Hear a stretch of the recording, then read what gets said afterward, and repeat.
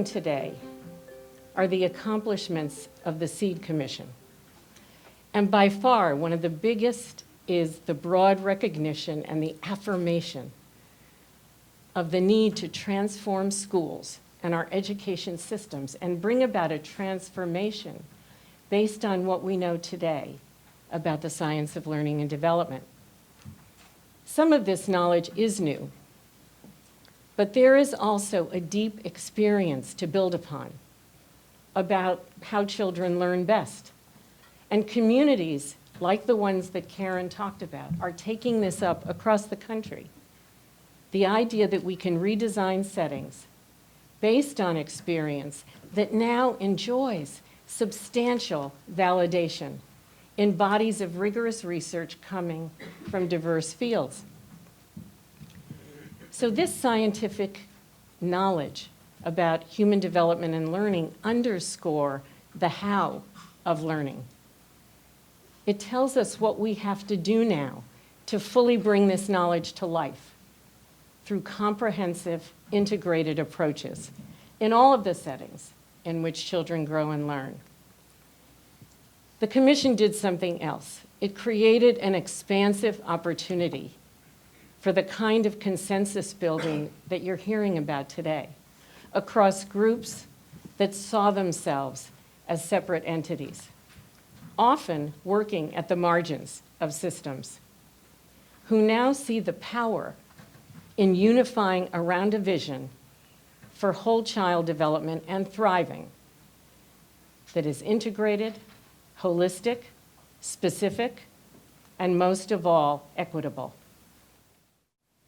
But what's new today is that these groups share a common knowledge base in developmental and learning science and an absolute dedication to equity. They share overlapping members. We're often now sitting at each other's tables, supporting each other's work. This is new and it's happening because of the big tent that the Commission created. The knowledge base we have today is pushing against beliefs that are pretty rigid and institutionalized, assumptions, and even scientific fallacies. Fallacies that drove the design of the 20th century system. For example, we believed that genes were the primary drivers of development, including intelligence, that talent was distributed as a bell curve, that averages were good proxies for the measurement of individual skill, that schools designed as factory models were a good and efficient way of educating children, and that the potential of a child was knowable in advance. Today we know that none of these things are true, and all of them have been harmful to many children. They have been used to justify underinvestment in certain groups, in particular, children of color and girls. Today we know that the domains of development are comprehensive. They can't be pulled apart, and a healthy context for learning and development will require attention to young people's health, mental health, social, emotional, and cognitive development, academic skills, identity, and agency. All of these elements develop together through interlocking pathways that children take to discover their talents, develop their skills, and thrive in each of these domains.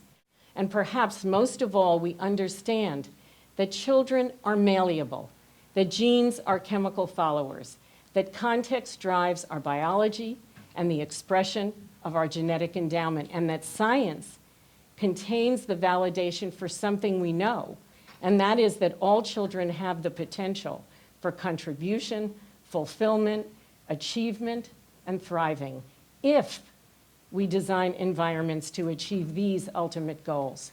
Development happens over time. It happens in different places. It goes on into early adulthood. And while it's happening, the brain is using experience to become more and more wired, to acquire more and more complex skills, and to be better able to ascribe meaning to experience, including the experience of one's own culture.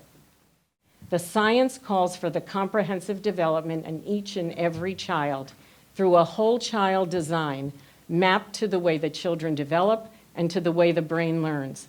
A design that combines at least 5 non-negotiables: strong relationships, environments filled with safety and belonging, integrated supports, the intentional development of the skills, mindsets, and habits that all successful learners have, and rich instructional experiences in which children and youth discover what they are capable of.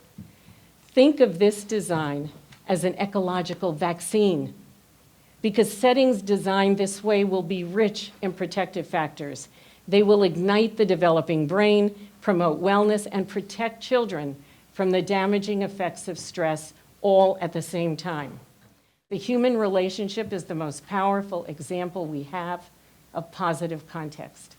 Then safety and belonging, integrated supports, skill and mindset development, rich instructional experiences that increase a child's developmental range and their potential.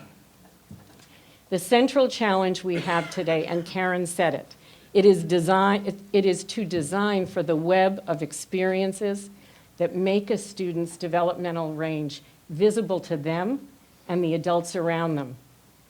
Doing this will put many children on the path to equity and all children on the path to the realization of their fullest potential.